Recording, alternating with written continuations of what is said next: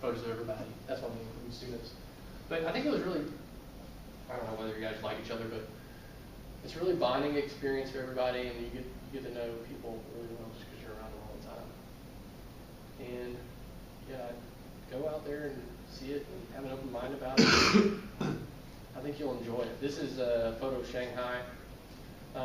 This tower, I think is being built now, or I think the foundations are being built. This one had just gotten finished when we were here, and this was the tallest tower before the Burj Dubai got built in Dubai.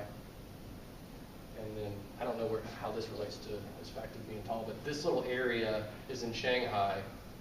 You'll more than likely be on that side of the river, and this area is called the Bund. So this is a really active, happening spot that you go to. The little when you guys are going to go on that little dinner ferry, it's like somewhere over here. There's like underground walking over here. This is really popular tourist. One day we went to the Science Center. That was really neat. But yeah, I really like Shanghai a lot.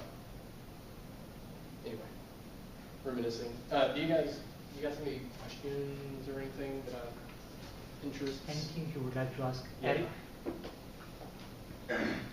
Did anybody get sick from eating like the food off the streets? I think sick. No one was like puking or anything, if that's what you're saying. We had a guy who, towards the end of, we were there for like 4 or 5 weeks. None of us. The food's good. It's not like it's not food sickness. Nobody got food sickness or anything. But we had a guy who just stopped eating like Chinese food or just whatever food was around him, and he was struggling because he would only eat McDonald's, and you really don't see that many McDonald's, but he would go to like McDonald's. I think you see a lot of KFC, but there is that kind of stuff. I'll be eating KFC. But the food's not bad. But it's not like Chinese food that you see here. It's not like Ming House or whatever. I don't know the Chinese food In around fact, here. it would not be a bad idea to have one trip to McDonald's or Pizza Hut, because you will see their menu would be different. Yeah, for sure. A lot of new things. Yeah, I will say, we did go to McDonald's because we found out McDonald's had pancakes. So we went to McDonald's and get pancakes. That was really good. But really, sorry. Yeah, so you'll see, I think they have like KFC and some other stuff, and you're like, that is not on the menu in the United States. But it is there. And like you'll just be at this shop, and you'll see like common, like familiar, like for example, they have Pringles there, but they don't have like barbecue or like sour cream and onion. They have like crazy like fish and shrimp and weird types of flavors. Yeah, Other questions for Eric? it's fun. You guys are. I hope you guys are. When you're buying food on the street, you just point to what you want? Yeah. So even like you're just making noise. I think some of our guys are like, because you don't know what it is. Like, they really like tripe a lot. You know what tripe is? It's like intestines, and you don't know it when you're looking at it, but it's kind of like a lot of dots on it. But it's just like stomach. They love tripe. It doesn't taste bad because like before I realized it was tripe, I was eating it and I was yeah, you'll see a lot of different types of foods. But yeah, just point and stuff. Like if you're on a street, they're not afraid of you. They just point and stuff. They'll take your money for sure. And they won't rip you. Like they're not like in it to rip you off. So you don't have to like hassle with them or anything if you're paying for food. In fact, I think most of you will not feel safe to eating some of the street foods. But only thing you should be careful is about the drinking water. Yeah. So make sure that you only drink the mineral water while you will be there, not the bottles. And another thing, piece of advice which I would like to give you: in China, you have to do a lot of bargaining while shopping. So, for example, if you want to purchase something and the shopkeeper tells you 100 yuan, so you should start with 10 yuan, and at the end you will end up buying it in 20 or 25 Yeah. yuan. Yeah, I think they're usually going to charge you like 3 times what they would, your China would pay.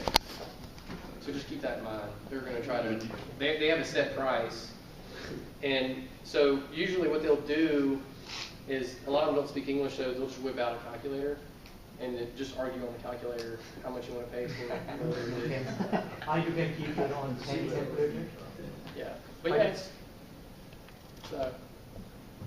just definitely recognize that they're gonna try to charge you, and then definitely take into account whatever the exchange rate is. Should be about 6.5% or 7.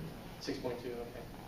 They were talking about this last week, but do you think it's smart to like not keep too much cash on you? And, I wouldn't. yeah, is that what you? most Yeah, no, people I do? wouldn't. Not on you, no. Yeah. You could like take some. I would imagine where you guys stay would be safe enough to have enough to keep your bag wear, but I wouldn't take a lot on you. You don't really need a lot. One thing is, so however you guys get cash, you'll probably get like high, you might get like 50s or 100s or whatever, but you have to remember that these guys on the streets do own a lot smaller number value, so that some people may not exchange a 20. They may not want you to buy that something because they don't want to have a 20 on them because they can't use it. If that makes sense. It's like going to the grocery store and paying with $100 bill or whatever if you're paying. We don't think that, we don't think that that's a lot of money to them, even though it's $20 or something to us. I think if you go there and withdraw 600 RMB, which is roughly $100, that should be more than enough Yeah. for even for your entire trip, or at least for half of the duration of trip. Because the foods will not cost you more than 20 yuan, 15, 20 yuan at the most. Let's see, I guess when you guys have like communal dinners, they have like, you sit at a big table, and I guess this is common some places down here too, but they put all the food on the middle, in the middle of and then you spin it around, I guess like a Lazy Susan, or it's like a circle in the middle of the table, and you spin it, that way everyone can get their food if they need to. And typically Chinese dinner, if you are particularly selecting a course dinner, that is 30 or 20 course. So here we have like 3 or 4 course dinner, so there it's lot more courses. And they have some very typical arrangement of different courses. For example, you may start up with some appetizer, then there will be some grilled food. After that, they will serve you a soup, then maybe a chicken, then fish, then again soup. So in that way, you will build up the layers in your stomach. And at the end, there will be 2 or 3 courses of desserts.